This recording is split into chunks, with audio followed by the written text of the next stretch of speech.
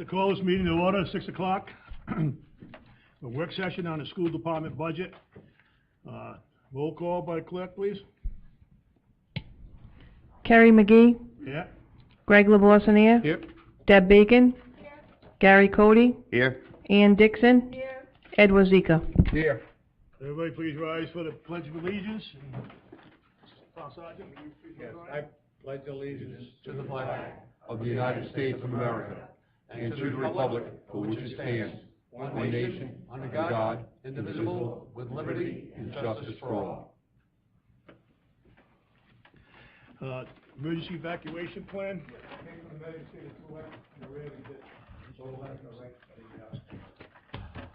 Okay, I believe the school committee wants to. She got to open it. Going to open up your meeting. You feel free. I'd like to open our meeting.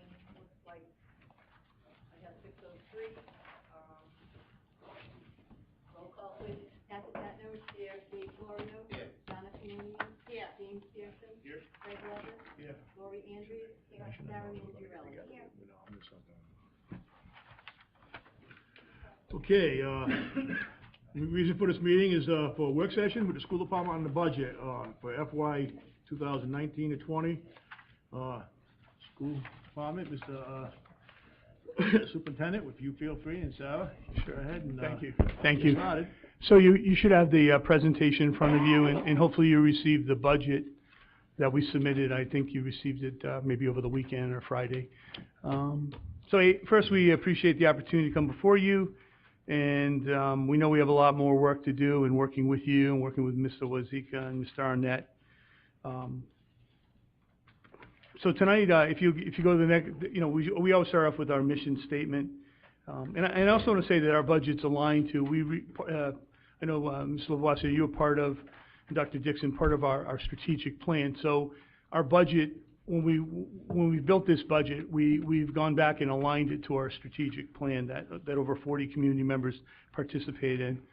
So we started with our mission statement, the Coventry Public Schools, with community partnerships, educate, inspire, and motivate students to be lifelong learners. And we try to keep that laser beam focus on that throughout the process. We put together just an agenda to try to help give you an overview of the presentation. And obviously, at the end of the presentation, we have a little summary and then opportunity for feedback and for questions. Next slide, please. I did the agenda. A little slow. There we go. All right, and I know there's a lot of words on here. I'm not going to read it, summarize. In this slide here, we talk about educational highlights. Here we're not identifying, we're not even looking at all the accolades our students have won, whether it's in music, in drama, athletics. By the way, we just had a young man, I think it's Josiah Fry, he's a junior, and he won wrestling at 106 in the New Englands. And we had two other individuals that took a second and a third. So we're not even talking about the recognition of our teachers and our students, like I said, academically and for our programs. One of the things I wanted to highlight is our preschool programs. Three full years ago, we had our preschool programs, and the state has a ranking system, a rating system for preschool education, and it's the Bright Stars. And 3 years ago, we had a 1-star rating. Today, we have a 4-star rating, which is considered excellent, 4 out of 5. And I think that's important to recognize the work that our staff has been doing in that area. Only 20% in Rhode Island have these ratings. Another interesting highlight is, if you remember, all-day K, we were the last district to have all-day K. That was in the 15-16 year when it was approved for the budget the following year.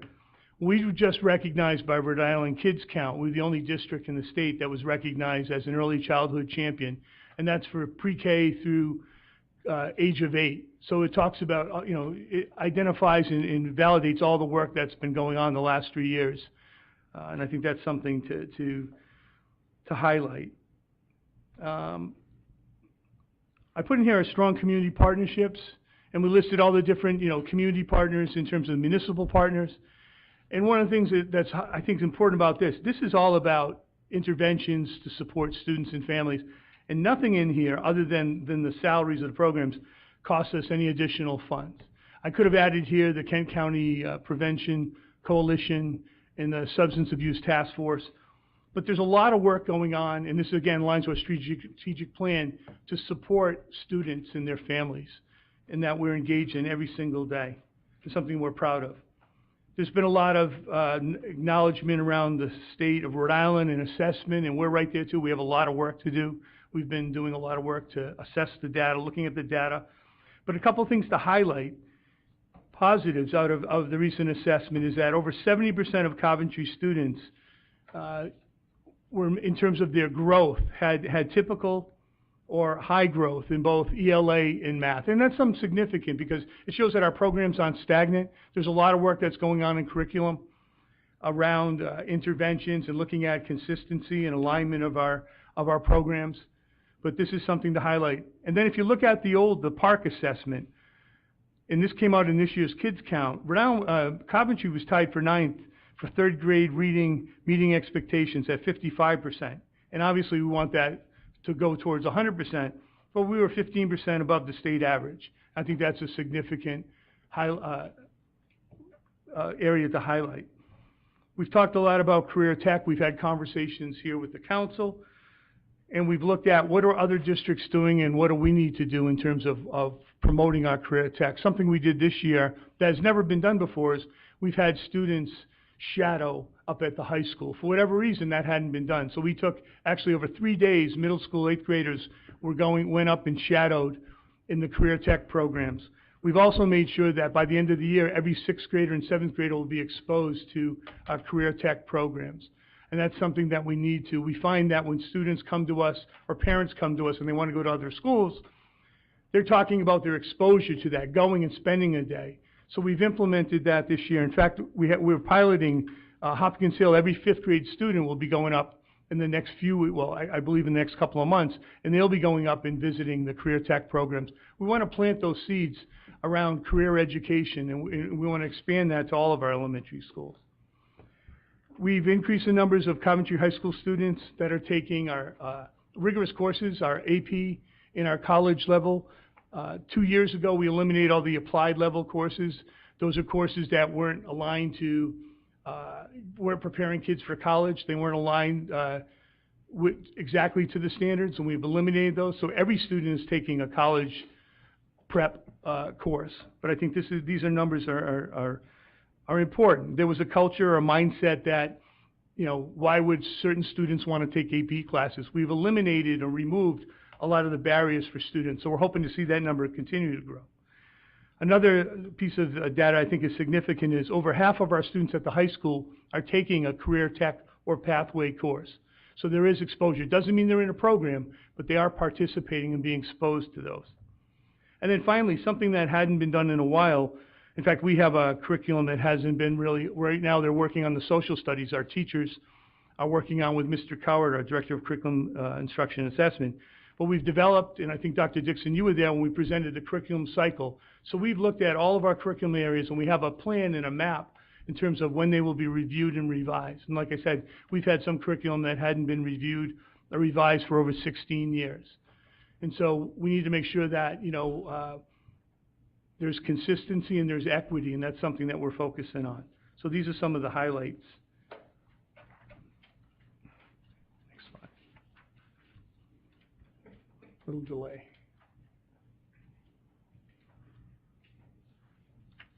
Okay. Well, it's on this one.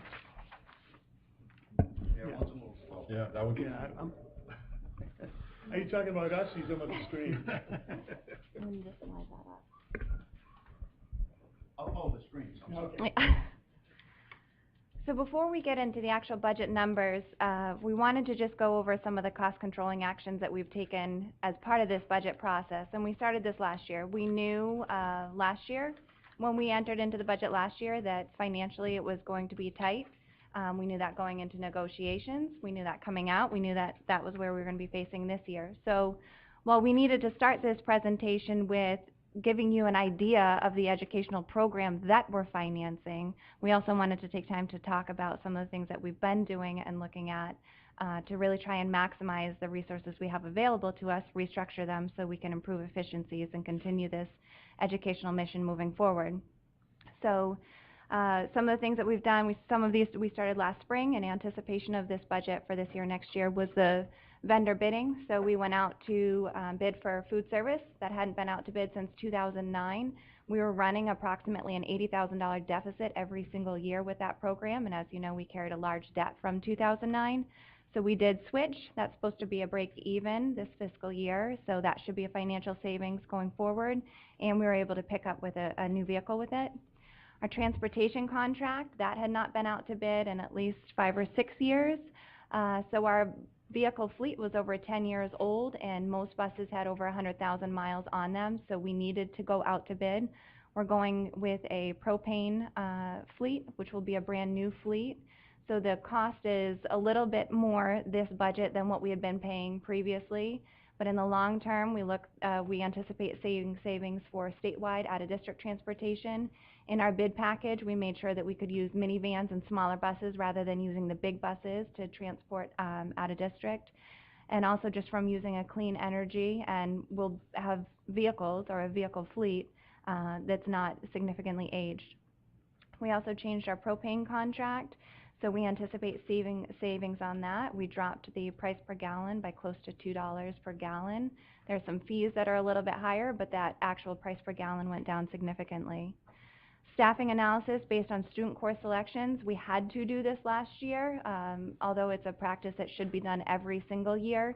Even if the net staffing isn't changing, if you need to add a math teacher and decrease an English teacher, that's an analysis that you should be doing every single year based on the student course selection. So we started that last year, which was the basis for how we made our reductions. We'll be doing that again once all the student course selections are in. We wanted to remind everybody that in the FY 18-19 budget, we laid off or terminated a total of 21.6 FTEs, which equated to about 13 bodies that we did eliminate. So I know that removing staff from town or school is not something that either side ever wants to do, but we should remind you that this school did have to take that significant action of doing that in order to save, just to make the budget balance this fiscal year. Just, and one thing, we said we lost 13 positions, 13 individuals lost their position. The other individuals we brought back, many of them we brought back at less than a 1.0 FTE. So we have people coming back at a 0.8, a 0.6. And so we had people that go on leave and they're filling the leave. But we eliminated those 21.6 positions. Could you explain again, because it is confusing for myself and for TAP, but FTEs, when you say there's 21.5 FTEs, full-time equivalent, but you're telling me there's 13 or 14 actual bodies. Just explain that. So we had, say if we had 13 people go on leave last year, they took a leave without pay. Then some of those 21.6 people that lost their positions, we were able to bring them back for a year. So they may be back this year, but they lost their original position. If those people from leave come back, they'll be going back out and we'll be paying unemployment for them. But I don't know if that answers my question. Right. So when we talk full-time equivalency, we talk as a 1.0, meaning a full-time employee. One employee. Right, 1.0. So you could say that we let go of 13 1.0s. But we also reduced staff from a 1.0 to a 0.8 or a 0.6 to a 0.4. So they went from a full-time teacher to now only teaching 80%, which means we're only paying them 80% of their salary. They have a bigger pickup in their cost share for their benefits. Or if we reduce somebody from a 1.0 to a 0.4, we took away 60% of their salary, 60% of their teaching positions. So that's kind of how it's almost like a full-time versus a part-time. So we took some full-time employees and moved them to a part-time position.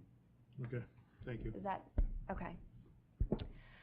Central office staffing reorganization. This actually had been something that started well over a year ago with looking at all the employees in central office, especially for the hourly employees, to look at their time and how they're utilizing their time. We knew that we had some deficiencies in central office, one being a data manager. We were the only school district in the state that doesn't have a dedicated data manager, which is crucial, given that it impacts our state aid directly. So we looked at how we could shift staffing positions, and while we didn't have a net decrease in any of the central office staff, we took a finance administrator and eliminated that position and posted for a data manager position. So it was cost neutral, but the goal is to maximize our operations so that we're really truly doing everything we can to move forward and have accurate information. We did that with the SRP staff as well. This was the second year that we did a line item budgeting by building principals. So each principal is responsible for budgeting every line in their school, not related to salaries and benefits. That's done at the central office level. So as you go through that, you'll see a lot of different variations between lines, because what we wanted the principals to do is not budget just what they've always had, but budget what they need. And I think as you go through, they made some conscious decisions to decrease certain lines so that they could target the resources to where they needed to be to fund those priorities. Investing in special education to service in-district and create opportunities for tuitioning in. We'll get to some of the staffing positions later, but we have definitely increased our funding to special education. I've said this several times that our out-of-district tuitions for special education are lower than our out-of-district tuitions for non-special ed. That's quite significant, especially given the size of the district and some of the needs that we're seeing coming into the district. We have had opportunities where surrounding communities do not have the same programs that we have, so we have built a contract template that will allow us to tuition special education students in from surrounding communities, K to 12. So we do anticipate seeing some of that even this fiscal year. But again, keeping in mind that in order to be able to accommodate the students' needs and give them the quality education that they deserve, we have to invest in those programs, especially in that area. Otherwise, we will be sending out of district for a greater cost. I just want to say part of the special education programming, we did a reorganization this year in terms of our programs, and so that we could expand programs. So we consolidated, so all of our preschool programs are at Washington Oak, so that preschool teachers can actually have professional development together, share resources. But we also moved some of our more intensive or programs, we expanded them in other schools so that we have an opportunity to expand where we had space. And you'll see later on when we talk about some of the special education staffing, that's because we have to expand programs based on student age. We have a lot of students coming up from preschool that'll be going into kindergarten that require a lot of support. So, but that was a major component of this reorganization that took place this year, so that we could expand and we'll be in a position where we could tuition in students in our elementary, potentially middle school, and definitely in our high school programs. And we touched on this a little bit earlier, but as far as the creative transportation, we built into the RFP the ability for us to use minivans rather than using the big buses, which we do anticipate generating a cost savings for our out-of-district transportation that we're required to provide in certain circumstances. And we are in the, gosh, are we in the second year? Second year of the Chromebook. Second year of the second phase of the Chromebook, so next year will be our third year. The previous round, we had experienced very high costs with insurance and damage claims, partly due to the way that the insurance program was set up and partly due to the quality of the devices that were purchased the first time around. So this time around, we did buy some heavier duty devices, and I can say in the last audit, we eliminated about $80,000 of a deficit in the Chromebook fund. Which we don't have any of those damage costs that we're incurring this year. I have a quick question on the, Sure. The creative transportation that says potentially generate revenue. How do you figure? So right now, the state, many districts in the state use what's called state transportation. So they're local, like our first student. When we have a student go to a district, we use the state has a vendor, and I think it's Ocean State, who will be our vendor next year. And so right now, those costs, if we have a student that we have to transport, say they move here, live in a foster family, but go to school in Portsmouth, and we have to transport, and they're the only student on the bus, we end up splitting that cost, but we pay for that entire bus. So what we're looking at doing, and is if we could start working with our vendor, or even down the road potentially, and we, this is just hypothetical because we need to go before our school committee, but we're looking at the use of vans, and right now we have an opportunity to transport a student potentially and generate a little bit of revenue. But if we were able to, we had certain transportation needs, we're able to purchase or lease a minivan, just like we could with, as we can use through this transportation vendor, Ocean State, then we could transport students throughout the day and generate revenue. Because one of the things that we constantly are looking at is revenue streams. Our revenue is typically, and you'll see in a slide, it's typically state aid, it's tuitions, and it's Medicaid. And so we need to look at different revenue streams. And so this is something that we discussed just recently because an opportunity came to us. And nobody else is doing it. The only people around, a district around that has their own transportation right now is Cranston. And they're comfortable doing what they're doing. So we have a lot of districts around us that transport students all over the state. So it's something we could look at. We have to do a lot more detail looking at in terms of how we fund the driver and the monitor, but it's something that we're definitely looking at because we need to keep on looking at revenue streams. And this is something, like I said, that just came to us last week. Now, you also mentioned that you were going to, your buses were going out for propane, fuel. Is there grant money or anything for that? What's the advantage to, besides being green, what's the advantage? Is there any kind of grant money offered to you for doing that? You said it was going to be a higher cost. Right, well, actually, so just to back up, the higher cost is really truly in the fact that we're updating a vehicle fleet that's 10 years old. So we'll be getting an entire new fleet of buses. The propane, the cost per gallon is actually cheaper than diesel. You use more propane gallons, so the fuel cost is probably going to be a break even, although we don't have to have the diesel additive that's added in as well. Yeah. As far as the benefits of propane, they're not as loud as the diesel buses. The startup, from what our research has showed, is that they start up much easier in the winter time rather than the diesel buses. It's a cleaner energy. I wish I had all of the slides. Right now, our buses take 15, 20, 30 minutes Right, to heat the up. startup, The yeah. propane buses heat up immediately. So as the first student gets on the bus, they're going to be warm. Right now, that's not the case. So for the amount of money that it's an additional, because we were going to have a 3% increase with 10-plus-year-old buses over 100,000 miles. In old fleet, the increase here, I think what we're going to be receiving outweighs the increase. Right, and just to be clear, we went out to bid for diesel and propane. So we didn't just go out to a bid for propane, we actually did an analysis of the diesel bids that came in as well as the propane bids that came in. So it's not the fuel cost that's costing more. The diesel bid actually came in higher than the propane bids. Mr. Cooter, you have something? Yeah, well, a couple of things. First of all, Mr. Levis, the fuel is not what warms the coolant temperature up to heat the bus. The buses are heated through the coolant system, and as the motor warms up, that's what warms up that fluid. That goes into a central heater core, that's dispersed. Doesn't matter what fuel you use, that coolant takes the same amount of time to warm up to get heat into the heater core to be able to heat the bus.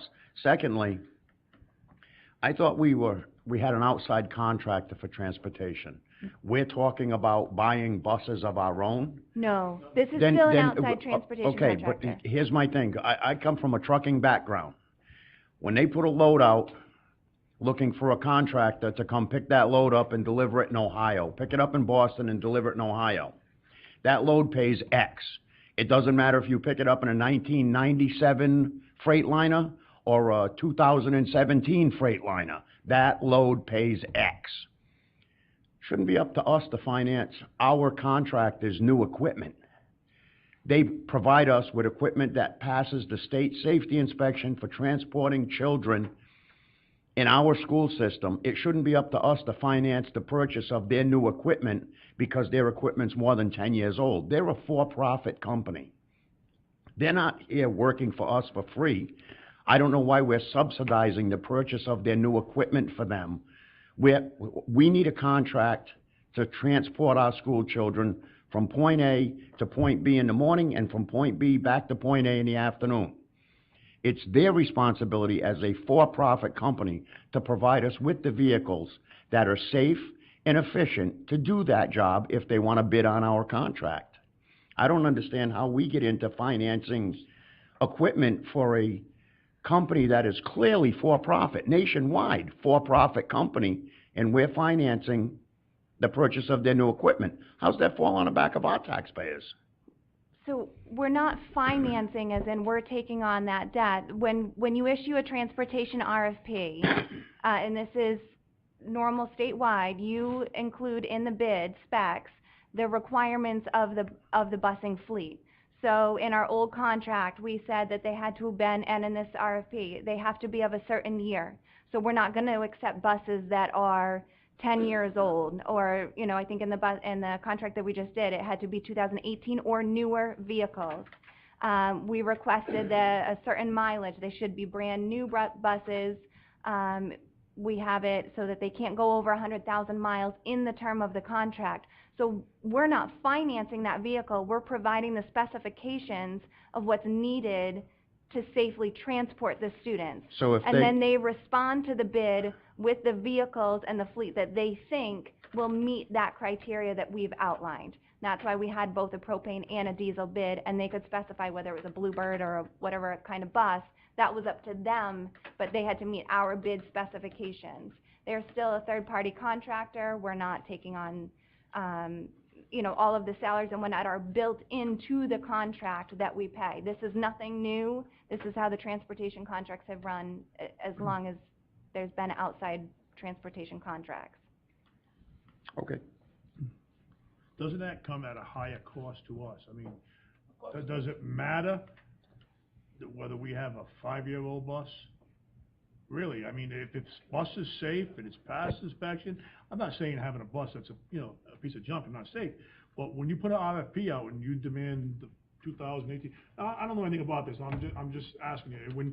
When you put out, if you tell them you want 2018s, what's the matter with a 2016? I'm just saying, you know, if it's safe and it works, it's going to be cheaper for us. I'm sure there's a lot of 2016. So explain the reasoning why you want brand new or a year old. One of the reasons is because we're not going out to bid for a transportation contract every single year. So this will most likely end up a 5-year contract, 3 years. It's a 3-year contract with 2 1-year options to extend, which is typical. I will say that the last time that this bus fleet went out, it went out and then it was renegotiated, which is why we ended up with a vehicle fleet that was over 10 years old, that had over 100,000 miles, that were breaking down and were causing delays as they're trying to get repaired to get But doesn't the vendor have the responsibility to provide you with the bus? They were awarded the contract to provide you transportation. It's their responsibility to provide you with a bus. I would Simple. say that's correct, except for the fact that an extension that guaranteed the same existing terms of the previous contract was entered into. So there was no obligation on the transportation company to provide an updated busing because they only had to meet the terms of the original contract. It was a classic example of kicking the can down the road when that renewal was entered into. So this was, we had a public bid pre-bid walkthrough, we had a public bid opening, and this was discussed in quite detail at the school committee meeting to discuss that. So I am more than happy to share the contract with you. I don't think that there's anything different that's been done in this school than any other school district that's contracted transportation services.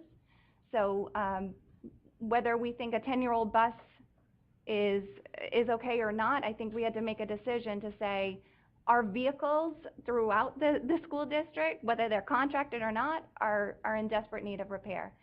But how does, just to go back, how does their updated buses in any way, shape, or form generate revenue for us. You're combining things that they're not gonna generate revenue for us. I had mentioned, you had asked a question about how it could generate revenue, right? And I explained to you, we have different scenarios where we think, and again, this is just all hypothetical because my first responsibility is to come up with a plan and present it to the school committee. But I also want to convey to you that not a day goes by where we don't think about generating revenue. We understand, we've been meeting very closely. We understand the situation that both the town, the municipal, and the schools are at. And I would strongly, obviously any questions you have, but I would encourage you to come over, we'll sit down, we'll show you the bid process, we'll show you the bid, how we go through it. And I do want to talk to you about the heat because they were adamant at our meeting when we met with them how this propane was going to be immediate in terms of, also for the heat, they said, I believe, so I could be wrong. Right, But- no. but Propane, much easier starting, much greener. I agree with all of that. But when it comes to heating the interior of that bus, the longer the motor runs, the warmer the coolant inside of the motor gets. Once it reaches temperature, a thermostat opens up. It allows warm water to go up to the heater core. Right. A fan blows air on that heater core, and that circulates warm air.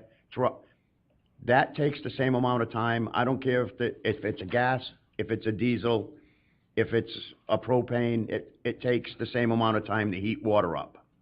Yeah, and maybe I heard So- him wrong then. I don't have any concerns that, your RFP was done correctly. I'm just thinking that, I just want a safe vehicle for these kids to go in, obviously, And we do too, and that's why going out, we know that this contract most likely will last 5 years. There's no way we could go 5 years. We could have done another deal. I'm sure if First Student would have loved to just continue something with the buses. We wouldn't do that. I follow the emails every day. If you look at our emails, we do have buses. They're responsible to provide transportation, but when a bus breaks down, it delays students. And we have a lot of issues. And I don't want to say that they're not meeting the contract, because they are.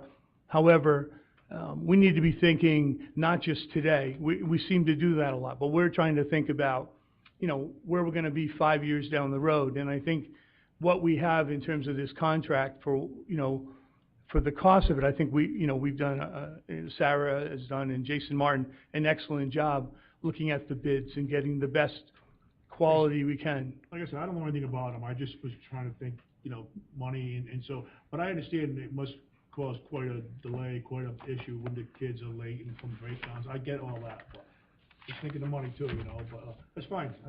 Thank you for enlightening me on how the RFP works on the buses. Okay, so we're already moved on. Okay, so moving on to the contractual obligations and more of the fixed costs that we're focusing on. So I think as you go through the big budget packet you have, that's really the materials for the most part that go in the hands of the students and the utility costs. So while you could argue that there's, we don't have to have a math curriculum program, for example, that is obviously essential to running our school district, but as far as a contractual fixed cost, we wanted to highlight some of those major ones for you. So step increases, approximately $650,000. The net contractual personnel increases, and I say net because that's offset against the anticipated retirees and whatnot. This is the number that was presented when the contracts were ratified, so I want to be clear on that. That's $1.15 million amongst all of the contracts that went through. We do have additional staffing positions that we'll touch on. Every position that came forward is based on either a special education requirement, safety, or a safety need. I wanted to highlight that when this budget process first began, we allowed the principals to put in their request for staffing as well, based on what they're seeing in their building. So we started out with a request of 35.3 FTEs at the beginning of this process, and we whittled it down and down and down to really get to what we actually needed, primarily from a special education perspective and a safety needs. Increase in our health rate, I have a projected rate of 8 to 15%. I have budgeted 6%. I do anticipate that will come down slightly. The primary reason that this is so high is for the past 2 years, given the budget, I had to accept a lower rate than recommended. When you're in a self-insured pool, when you do that, you put yourself behind because you have to generate a certain amount of revenue to cover your claims. Additionally, previously there had been a good chunk of money taken out of the health insurance claim that was used as an offset in budget years before that. Again, when you start dipping down those reserves, if you have a high claims year, it impacts your working rate for the next fiscal year. Last year I had to sign off that I was knowingly taking a health insurance rate that was below the recommendation by the outside collaborative. So I'm hoping that 6% is in there. That's approximately a $383,000 increase.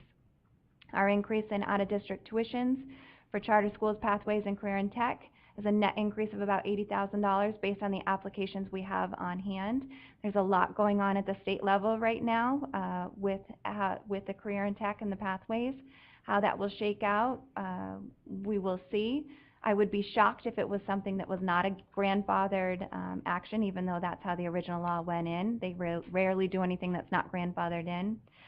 We have also made the decision to not sign applications for programs that we offer currently. The commissioner that's here right now has allowed students to go to other districts even if we offer the same exact program here. It was much more the promotion of a school choice. We've made that decision that we are not going to sign off, so if somebody wants to go for a welding and we offer welding, that application won't be signed off for right now. They may end up with that right to go, but we don't want to sign that until we know that we have to. There's no way that we should pay to send someone to another district when we offer the same program.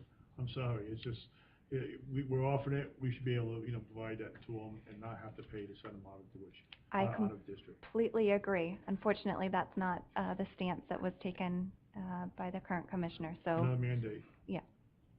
So the transportation contract, the net increase for that is $140,000. We do hope that that net cost will come down as we can rework the out-of-district. Again, reducing the number of big buses and using minivans to transport would have a positive savings on that once we can finalize where and how we can use those vehicles.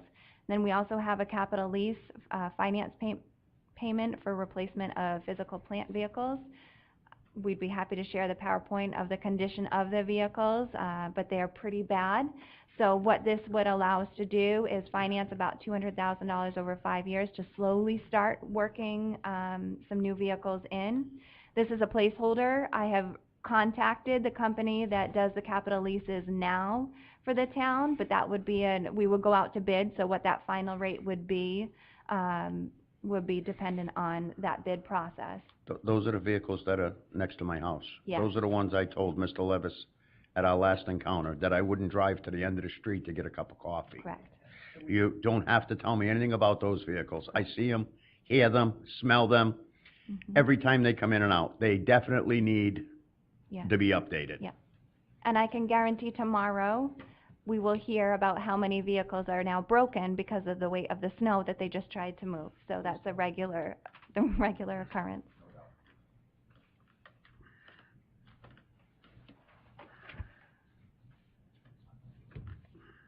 You want to talk about the new position? So these are the, as Sarah said, we had originally requested from our administrators 35.3 FTEs, and we've been before the school committee and talked about positions, eliminated some positions.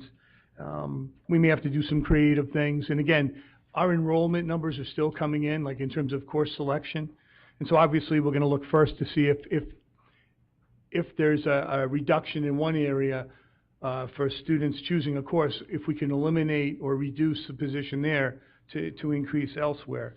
That's our first response. But what we did is we narrowed it down to positions that we legally needed in terms of special education.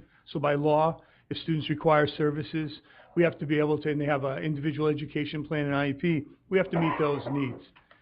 And so what we did is, you'll see in the bottom here, the 4 special education teacher assistants in the elementary schools. Those are required in terms of supporting student and meeting student needs.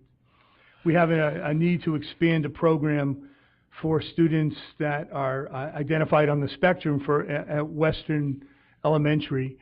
We have, again, a lot of students moving up from preschool, and the law says that you can only have a four-year age span difference. And so what has happened is, with a lot of these students coming up, we're going to have a greater than 4-year age span. So we need to split the program into 2 programs, and that's what that position's for. We need positions around safety. If you've been to the middle school, you'll see it's really 3 schools that have been combined into one. Was the old Career Tech, I believe. Maybe it was the high school there at one point, and then there was an office space in the back. And one of the things that we've realized and we see is that in terms of providing supervision and support, 2 of the areas that we wanted to address, and the same thing at the high school. If you're familiar with what's going on nationally around vaping, and we have administrators that are spending, we spend a lot of money on our administrators, and they're spending a significant amount of time in bathrooms. And so by adding a couple of supervisory assistants to help monitor hallways and bathrooms, I met with a group of students at the high school just last week, and they had indicated the biggest issue they have is using the bathrooms, and because of the vaping. They said they feel safe in our school, which was good to hear, as a superintendent, as anybody in the community, but the bathrooms were, several of the kids said they don't even use the bathroom. They're in there 6.5 hours a day. They're not using the bathrooms. So we need to address those areas. So those are positions that the supervisory assistant, and then the last one is the dean at the middle school, in terms of, again, being therapeutic, working on discipline, not just in terms of punitive, but working with teachers and students and coaching. We have 1,140 students in that building. And so we're looking at, like we did at the high school, we added 2 deans a couple of years ago. We've added 1 dean at the middle school, and we'd like to continue with that. Again, we look at that as safety.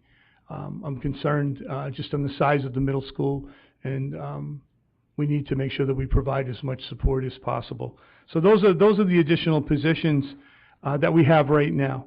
There are other positions that have been asked for, special education positions, and those that we're kind of playing a wait and see. This is where we are right now. We're not sure where we'll be next year, but if we had to add those positions on, you'll see the bottom line. That would be another $193,743. And we wanted to be, again, transparent about that. But right now, we've removed them from the budget, because in the same position we are last year. We understand about the dollars, and we need to try to minimize as much as we can. But we wanted to be clear, this isn't about playing any games. This is about being completely transparent, saying if certain situations transpire next year, we'd have to add those positions. Mr. Levis, just to be clear. Yes. So that 194 is on top of, which may occur, is on top of the 594 that's listed covering the positions from above. Correct. Right. So that 194 is an additional special education educator at the middle school. It is a speech and language teacher that's split between elementary schools. It's the two elementary schools, one which services the autism program, so that is one that could very well be required to increase that speech position. The other one is a 0.5 increase at Tioga Elementary School for additional special educator. I can tell you that when this list came out of additional positions that we were removing, we had principals start thinking outside the box again, not that this hasn't happened, but to say, oh my gosh, that elementary school needs that special education position. I will look at my school to see where I can give up so that that school can get it. Not to say that what that other schools need isn't there, but I can tell you that without a doubt, our schools are not operating as silos anymore. We are at that point where if a need is identified in a different school, I'm quite confident that between our building administrators and executive administrators, that we're making that exchange to really maximize and to address the needs in the most needy areas. So just to go over the revenue, state aid, as of right now, we have a projected increase of approximately $1.5 million. You will see on the next slide that when we were looking at enrollment numbers just last week, so I have a printout on Monday of 1 student enrollment and a printout on Thursday. and our free and reduced lunch numbers are down quite significantly. So our data people that we have, our data clerks and our IT director are going through that. But on the next slide, we'll talk about the potential impact. Tuitions, I have a projected increase of approximately $42,000 due to anticipation of increased career and tech enrollment. So that is the hopeful additional enrollment that we have in that program. That is not a set number of new applicants that we have on file. Do you have any new applicants? We have 8 new applicants as of right now. And what is that generating? Well, we have about 12 who are graduating. So in all, I'm almost below where I should be this year. But we have increased our marketing efforts with that. It's still very, very early in the year. So I am hoping that we at least get back to the break even and we can pick up some more. We did implement the marksmanship program in the ROTC. So I believe we're the only ones in the state, right, with the marksmanship? Newport. So hopefully that we can start attracting some for that. Medicaid, I have a projected increase of $88,000. This does talk to an expense that's later in the budget too. It's a line item budget. You might pick up on it because it is an increase in one. But we have focused on increasing our Medicaid, or capturing our Medicaid eligible expenditures. One of the programs we implemented is SNAP, which is a nursing program to really help identify expenditures, and that allows district to district to communicate. But we've definitely put an increased emphasis on capturing those expenditures, and also with rising special education costs, naturally those Medicaid eligible expenditures will also rise as well. So again, the state education aid, and I wanted to show because the enrollment or the state aid number that came out originally showed us at 1.8, and I cautioned everybody, including at the legislators meeting, that that was based on March 1st, 2018 enrollment. So you always have to watch because the snapshot for that enrollment is March 1st, 2019. So we did capture that. We will not be signing off on that data until we're 100% certain it's correct, because if we sign off and later find an error, the state will not correct it. It's whatever we sign off on, so we will be holding off. As of right now, when I did the enrollment as a 225, you can see that our total enrollment is down slightly, although again, across pre-K to 12 grade span and 7 schools, that drop in students is not going to equate to an FTE drop because of the way that it's spread out. The bigger concern that I have based on the projections right now is actually in our free and reduced lunch. We are digging that pretty deeply because it doesn't make sense on the surface based on what we're seeing in the schools and even the changing demographics. But I did put in there, if that number was to come in accurately, it would be an additional $200,000 reduction in our state aid from what I have in here now. It would put me down to $1.3 million. If I may, Mr. President. I'm listening, but it's almost like I'm hearing a contradiction in my head. So I need you to explain it to me, okay? Because I really want to understand this. You talk about losing students to other districts, getting Skyped or sniped by other districts, and that money going to other districts because it follows the student. You talk about the state reducing your state aid because of the reduction, because of the enrollment numbers. And then on a previous page, we're talking about adding positions and bringing more people into the mix and putting more people on the payroll.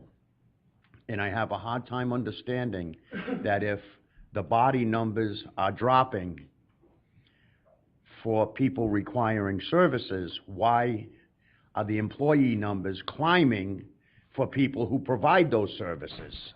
It's a contradiction in terms to me. So first of all, we've eliminated positions. Last year, and I know you weren't here, Mr. Cody, and I'm not sure what in terms of last year's budget, but we did eliminate 21.6 of those positions because of looking at enrollment, looking at, we've increased class size. So at our high school, and if you talk to any educators in the high school, they're going to complain about class size.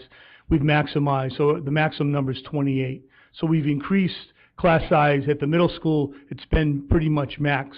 There's a few courses that below that, but most of the classes are maxed out. Same thing at the high school. Where you find lower numbers is when you look at like advanced placement classes, and even there, we're increasing the number to run a course. So when you look at the special education, so we talked about, we're not adding all these other positions. We talked about safety, and we talked about special education students, that when students come in, and our numbers, our percentage, I think, is like 13%, which is below the state average in terms of percentage of our population that's special education. But what we find is we have a lot of students that are very involved. And so we have a lot of students that are transitioning out of our pre-K that require a lot of services and support. And those are the positions that we've talked about today. I'm going to talk about, like, you mentioned about kids leaving. One of the issues, Mr. Cowart, who's our Director of Curriculum Instruction Assessment, and myself, we met with this very articulate, very educated parent the other day who came in and talked about his son going someplace else. And one of the things that, and we'll talk about this when we talk about capital, is that we're the only career tech center that doesn't have a main entrance, right? So that may not seem like a big thing, but it's a big thing to people when they come and they go into the high school and they got to meander. The second thing is we've increased these pathways. We talked about last year, increasing our pathways, hoping that we'll keep our own students, and actually down the road, hopefully we generate revenue. Well, this parent was very articulate and said, have you been to Pontigansett? Have you been to these other schools? We started like a biomedical program, right? And we have also pre-engineering. But if you go into our classrooms, we don't have the bells and whistles. We don't have, like, our science labs are 1972 science labs. And that's our reality. And I'm not one to make excuses. We need to move forward. We need to figure out. But this is what we're up against. So we're trying to expose our own kids this year. We've put on incredible campaign to make sure that our middle schools, even our fifth graders, are exposed to what we have. Because we think we should have done a better job doing that in the past. But there's a lot of variables that we can't control. Hopefully we can moving forward that are against us. So we've eliminated a lot of positions last year. And when Sarah talked about the central office this year and changing an accounting position to a data person, what she didn't say is for half a year, we haven't had a person. We haven't filled that position. So we understand, and that March 1st number too, it's a snapshot, right? So it isn't like looking at the enrollment that day, it looks at an average, and that's where the challenge is in terms of looking at that number. We're definitely, we're concerned about the free and reduced number. Remember a couple of years ago we were hit with that? We lost about $800,000. We found that out in May, I think it was.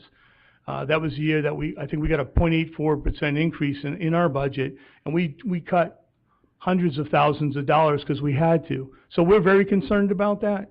But 60 students over 7 schools isn't a huge decline. And I've said this before, I spoke to Mr. Crossman. There are numerous 3- and 4-bedroom homes that are being built in Coventry, and I think down the road we're going to see, right now we've seen kind of a plateau in population. I think we're going to start to see an increase. But, we definitely have not, just added positions. In fact, from what we've cut 10 or 12 custodians over the last 10 years. We had a custodian on here that we carried on from last year that was going to split between the middle school and the high school just to do the floors, just to keep up some maintenance, and we cut that position. Not that we want to, but, we're between a rock and a hard place too. So I didn't mean to go off, but but I wanted to explain that we are not, I do not look at that we have been just trying to add positions, and, we can justify why. Whether you agree with that or not is your choice, but we have to defend those positions. And again, the committee may come back and say, hey, we're not going to support those positions also. So, I'm sorry, go ahead. Can I just break down the numbers a little bit? So if you go from 4,670 to 4,601 amongst 7 schools, that's like less than 10 kids per school. Then you divide those out in the number of grades, you're talking maybe 1, maybe 2 students leaving from a class. So they're spread out even amongst their own building. When we looked at the staffing last year, a lot of the positions we eliminated were in core core classes, English, social studies, math.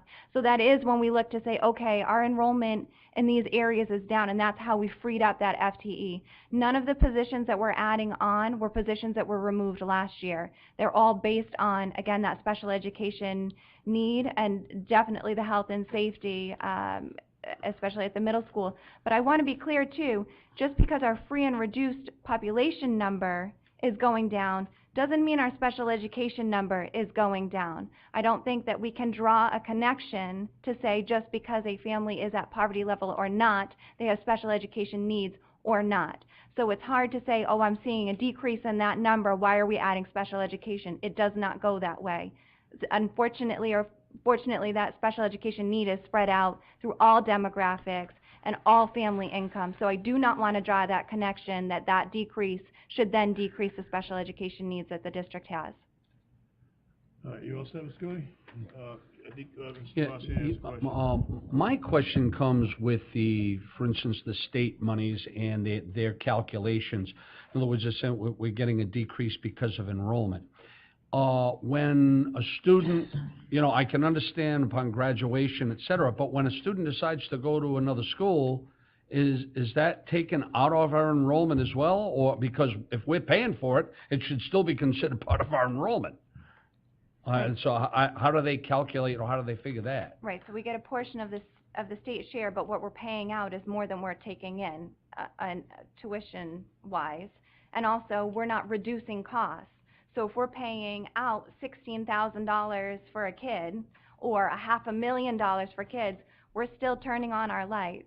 We're still cleaning our building. So all of those fixed costs still remain, even though, yes, we do, there is an identification of our out-of-district students. How does the state determine, what that number is for, they're saying that, okay, that, yeah, we're going to lower your enrollment by that, but, you're only getting, we're not going to pay you as much as it's costing us to send them somewhere else. Exactly. Again, and I would say that if they're going to any school in Rhode Island, our costs have got to be comparable with other schools. Is it that big of a difference that the state is reimbursing us on? So now they kind of leveled the playing field a little bit with the career and tech. Well, I don't want to say leveled because it's based on year per pupil, so to speak. So they changed the way that districts can tuition in and out. We had to drop our tuition, which definitely hurt our tuition. We dropped our tuition rate from about $18,000 down to about $16,000, and now we have to bill based on a community by community for new students going out based on what their state and local share is of that state aid component. So it dropped from last year. We had to drop the tuition? Yes, Did we discuss increasing it last time around? No, definitely not. Actually, I can say one of the first things I said when I got here is that I couldn't even justify the tuition we were charging. We were charging over $18,000, and our per pupil is $15, $16. We were one of the highest charging districts here. So I absolutely never stated that we would increase the amount of tuition we would charge to an individual student. That was definitely something that we dropped. We dropped it down to $16,500 for existing students, and then for new students after July. Check my notes. Not on that. There was something that we discussed that we weren't charging enough for something that there was something and. Oh, preschool. Preschool enrollment. So we do have a preschool program. We did increase that rate. We had increased it for this fiscal year from $100 a month last year to $150 a month for students that are not free or reduced.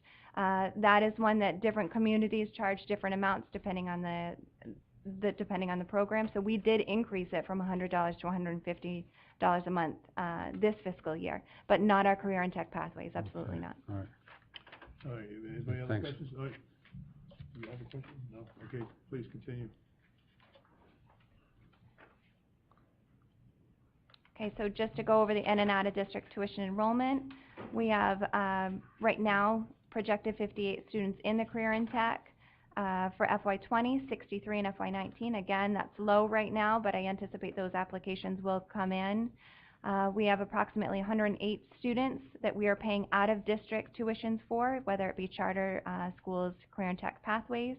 We have approximately 31 students in special education-related on average for out-of-district placement. Again, that one really varies because sometimes students go out for placements for a portion of the time. They can go out mid-year, end of year. So that number definitely fluctuates.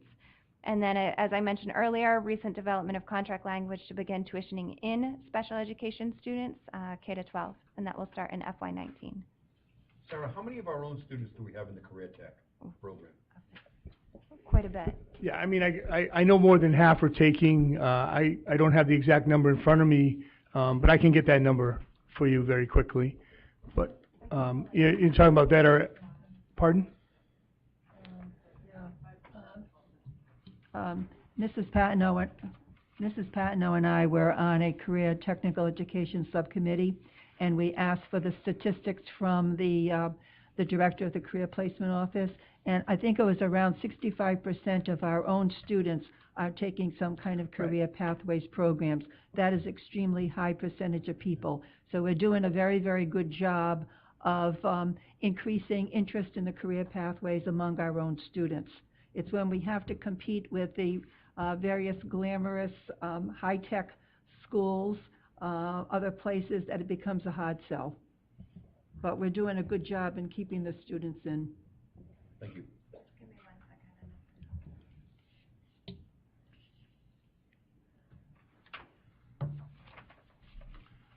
As you go through this budget and explain it to us, I'm assuming that we're gonna have a chance to digest all this, and we are going to plan another public budget hearing at a later date, probably the end of the month.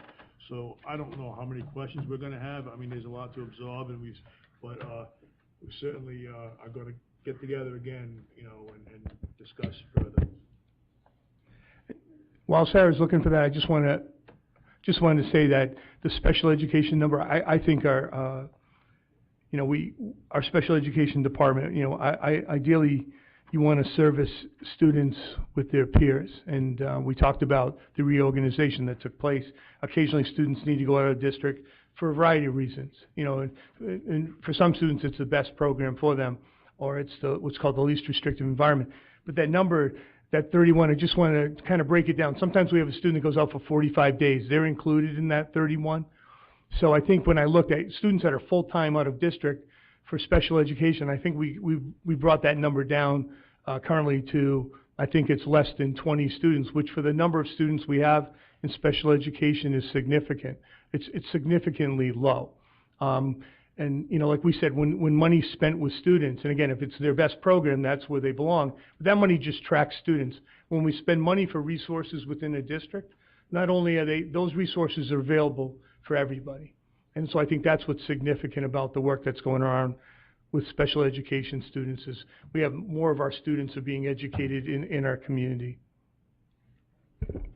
So in just looking at the career and tech numbers this is as of January 12th, just based on the enrollment, I'm showing 1,045 kids enrolled in a career and tech class.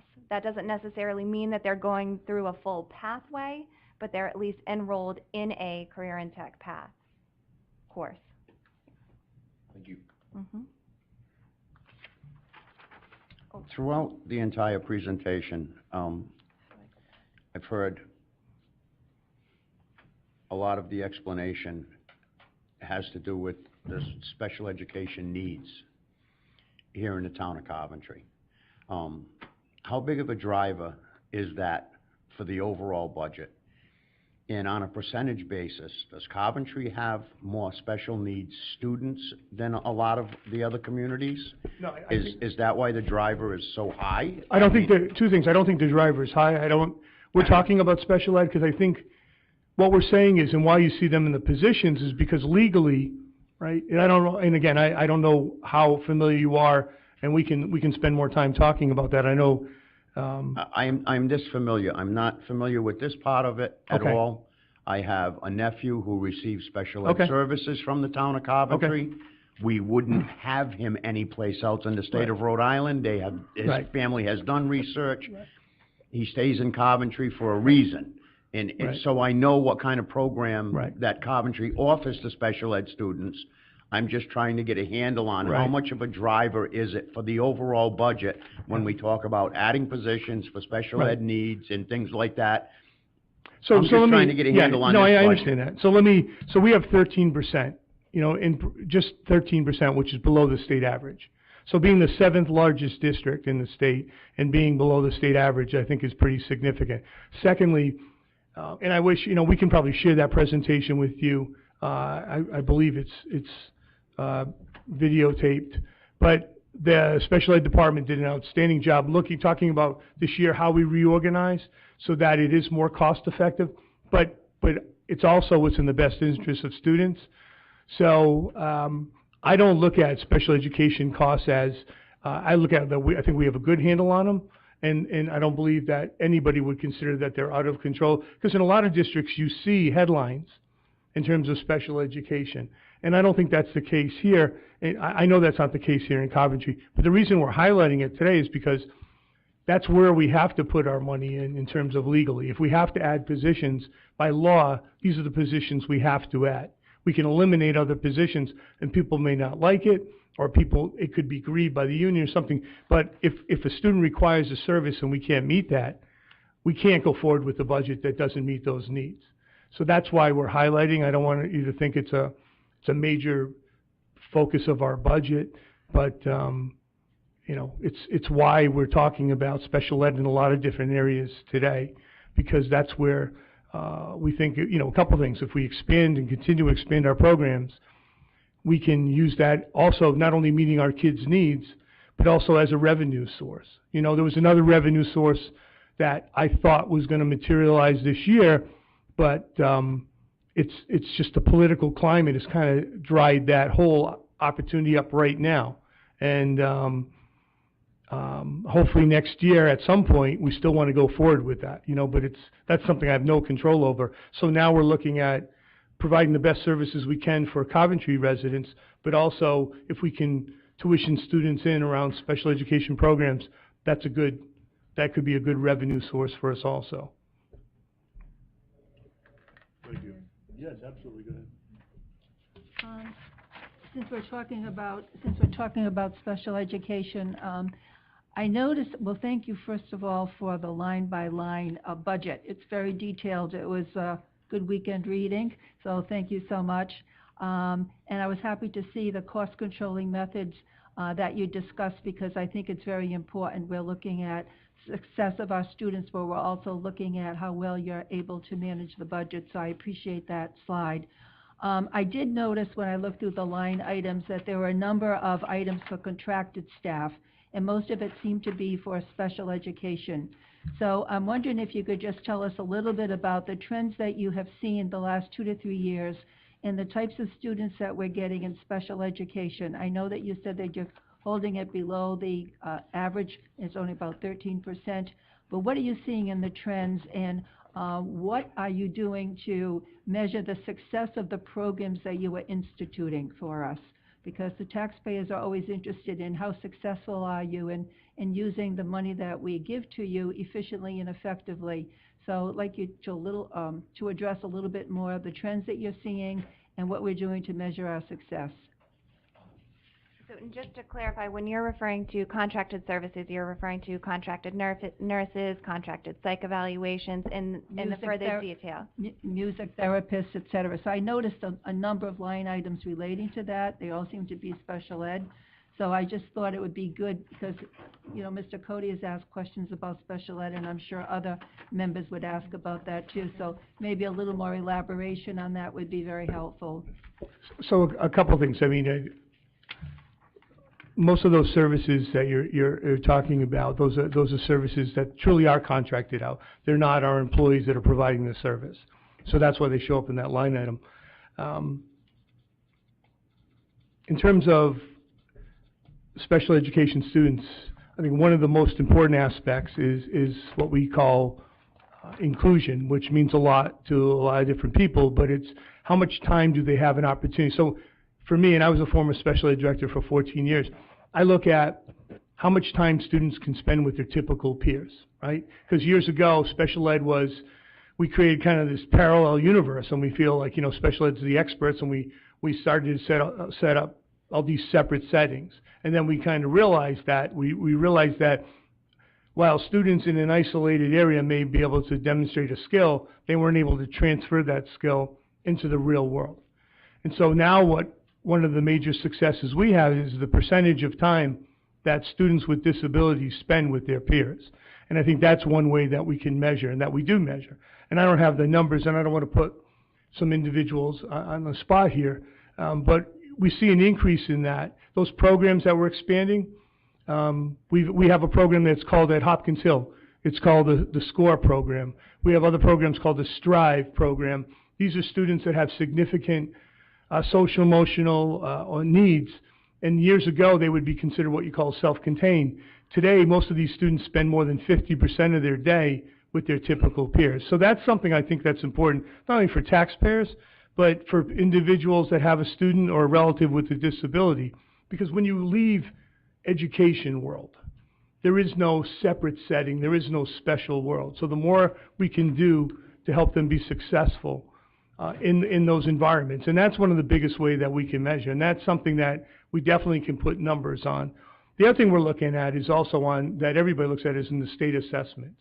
And we see that there are large gaps between our students with disabilities, as there are in most of the districts in Rhode Island.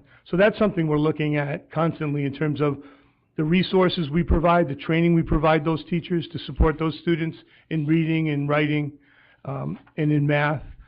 We're looking at the training that we can provide, and you know, that's something that we've been doing. Recently, we ran reports. We looked at all the data, and special educators, our special education departments, working with our administrators and our teachers on how can we close those gaps. So those are the things that the data that we can come forward with over time to show the community what we're doing. Because the whole idea is for these individuals to be, when they leave school, so they can be contributing members of society. We have an incredible transition program at the high school, students that are 18 plus, and our goal for them is to help set them up into work areas, work situations. And that's something else that we measure in terms of tracking these students down, you know, are they engaged in productive activities when they leave school? And those are other statistics that we can provide. And that's how I believe that we are measuring right now. We can come forward with that information. I don't have that information today, but we can definitely come forward with that. Just to add to that a little bit too, I think if you look at the special education district-wide budget, which is a 01400, you will see an increase in a lot of those contracted services. Some of it is contracted nursing when we need additional nursing support. Sometimes it is cheaper to go outside for a one-off occasion to hire like a contracted nursing agency to come in if we have a need. Sometimes we cannot fill a position with the hiring, so we have to go to a contracted agency to bring them in, whether it be for a psych eval. I can say, for an example, we put a district-wide psychologist in our IDA budget, in a federal budget. It was determined as a need. We couldn't find anybody, so we had to go to an outside agency in order to engage. So that's that differentiation between whether or not it shows up in personnel costs or that purchase service line. But if you look through some of the school budgets, you'll actually see some decreases in the contracted services lines. And really what we did is we shifted them up to that 01400, which is the district-wide level, so that if all the money was budgeted at Western, we weren't constantly doing transfers to move them all to the elementary schools. It was easier from a budgeting perspective to say, okay, this is where we think we're going to ballpark for the requirement to hire some of those contracted evals or psychs or nursing, and then as the schools need it, we can kind of shift that funds out to the schools. So I don't think you'll see a huge increase in those lines net over net, because we did make adjustments in the actual school budgets for that as well.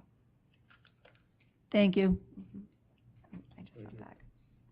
Okay, so I shifted here.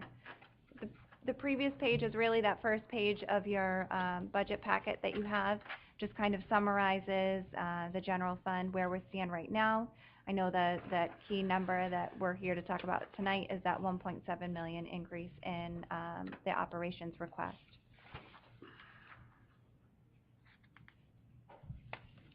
So another area that has definitely been a topic of conversation is the requirement to fund our facilities. And this was clearly a state initiative that was passed on to the local communities last November, and or became a significant initiative last November.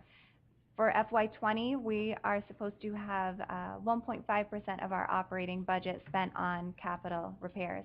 This clearly came out because not just Coventry, but throughout the state, facilities were not being maintained properly, and now we're living with some of that burden of significant aging and disrepair.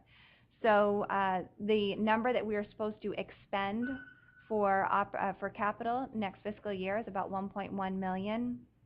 In our budget now, we have about $475,000 worth of tradesperson salary. So those are licensed trades workers. Those are eligible expenditures. So custodians do not count, but electricians do. So that's where that number comes from. And then we have about $80,000 of general maintenance that's included. The guidance is a little bit skewed still coming out from the state as to what exactly that's going to include, but it won't include things like maintaining your parking lots. It's not going to include cleaning your buildings. It's not going to include cleaning your parking lots. It's actually physical leasehold improvements to your facilities to upgrade those structures and take care of them. So we had a NEASC review done last spring. Items were identified at the high school, so we said that's an area that we should start because it was notated as part of the ongoing accreditation. The first was the high school HVAC system, and the second was the high school gym floor. So we have estimates there for the replacement of that, and then it left about $17,000 of additional improvements to get to that 553. If you add that 553 with the numbers already included in the budget, brings us to that 1.1 million for capital. I'm going to jump to the next slide quickly because I know this has been discussed. We've had several meetings with Mr. Arnett and Mr. Wazika about the budget. Good meetings, working meetings, for sure. You know, we're certainly not blind to the position that this community is in, and it was a long time coming, and unfortunately we're just in a position where we have a lot against the wall right now, trying to move both school and town forward. So new guidance that came out from RIDE, which I'm still waiting for it to be communicated to the school side of the state, but it's been communicated to Mr. Wazika, so that was good, is that the application of interest on old bonds may be used to count towards that $1.1 million. So we have old bonds that the town is paying for roof and energy that were done several years ago for the school. The interest on those debt service payments may count towards that $1.1 million.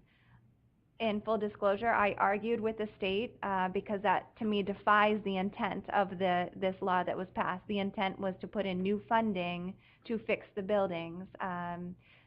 If a bond was taken out now, I can understand that, but to argue to say, well, we have been maintaining our facilities with $242,000 and then go through our facilities and see the condition that they're in, I would argue that that money is not going to improve the conditions of the facilities right now, while I understand that that's a number that may be applied.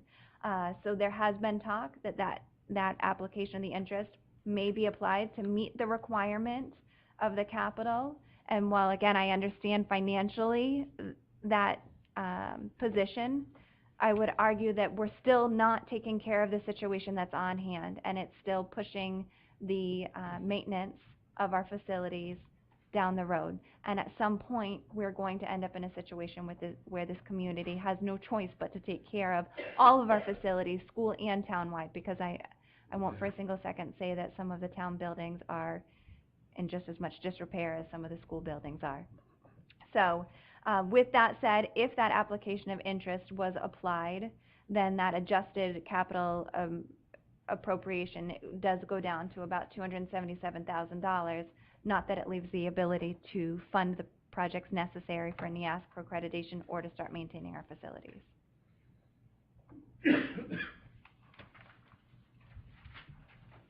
Again, this is really just to summarize the requests, both the appropriations and the capital, and I left the capital in there.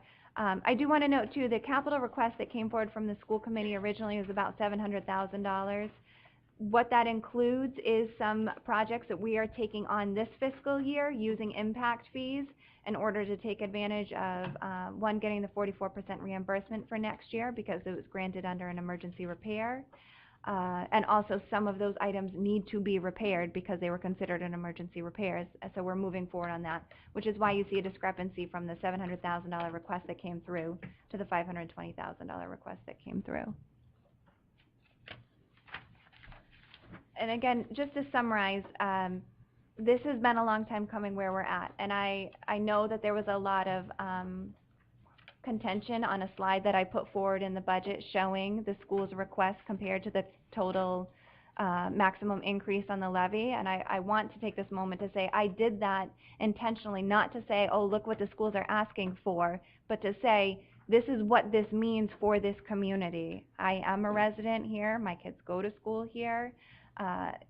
It is not going to serve anybody well for either sides to be contentious with this, but we do have to face the reality that there has been a lack of funding to the schools operationally over the past decade, as well as capital, and we've now put ourselves in a position where the state is coming in with some requirements. We also do have the 4% cap, so we look forward to continuing to work with Mr. Arnett and Mr. Wazika. We are not, again, unaware of the financial condition that both the town and the school are in, but we also do have a duty to bring forward a budget that adequately will fund the operations and the educational mission of this district, as well as maintain our facilities. With that in mind, at our last meeting that the four of us had, I made a proposal that we get a couple of council members together, along with a couple of school committee members, as well as two finance directors, Mr. Levis and myself, to put us in a more informal setting where we could discuss issues that the other side is facing, so we all have a chance to understand where the other part of the school, the town is coming from. And I just think it allows us the opportunity to open up a dialogue that we may or may not have had in some of the past sessions. So my proposal was, and it's been agreed upon by the school committee, as well as a couple of town council members. We've both spoken to our attorneys to make sure that what we're doing is fine, and we don't have a quorum. It is just a simple get-together to go and understand more about what the other side's budget is at a session where we could probably be more open and more, hopefully we can get some things accomplished and bring some more information back out. That'll come back out to the council as well as the school committee. I certainly do look forward to that, and I also look forward to our future public budget hearings. You know, we will have another one before we decide on the budget, but I want to thank you for all the work you put into this, presenting this to us, and if there's any other questions that the council may have at this time, or do you want time to digest this, and then we can we'll have a bunch of questions in the future. Yes. I just have a question about, Ed, what were you talking about having this meeting? This is the first I'm hearing about this. It's just a meeting with two council members, two school committee members. It began as the council and school leadership. Unfortunately, Mr. Lebosnier is not going to be available on Saturday, so the president has asked someone else to attend as well. But it was an idea to try to get people together and... Well, isn't that the purpose of these meetings? So this is all done out in the open, publicly? Is this going to be televised? So it is not televised. This is just like we're having the discussions, the four of us, over the budgets and trying to work through some of the issues. The thought was to bring more people and I get involved that, on both but sides. you know, you're not elected, neither is Craig, neither Exactly, Sarah or that's why we John. need... But I get that, but I do not feel comfortable having that type of a meeting. Why don't we have all of this out in public? Well, we are going to have another public budget hearing. We are. Okay, if there's no other questions from anybody else on the council, Madam Chair, you could adjourn your meeting?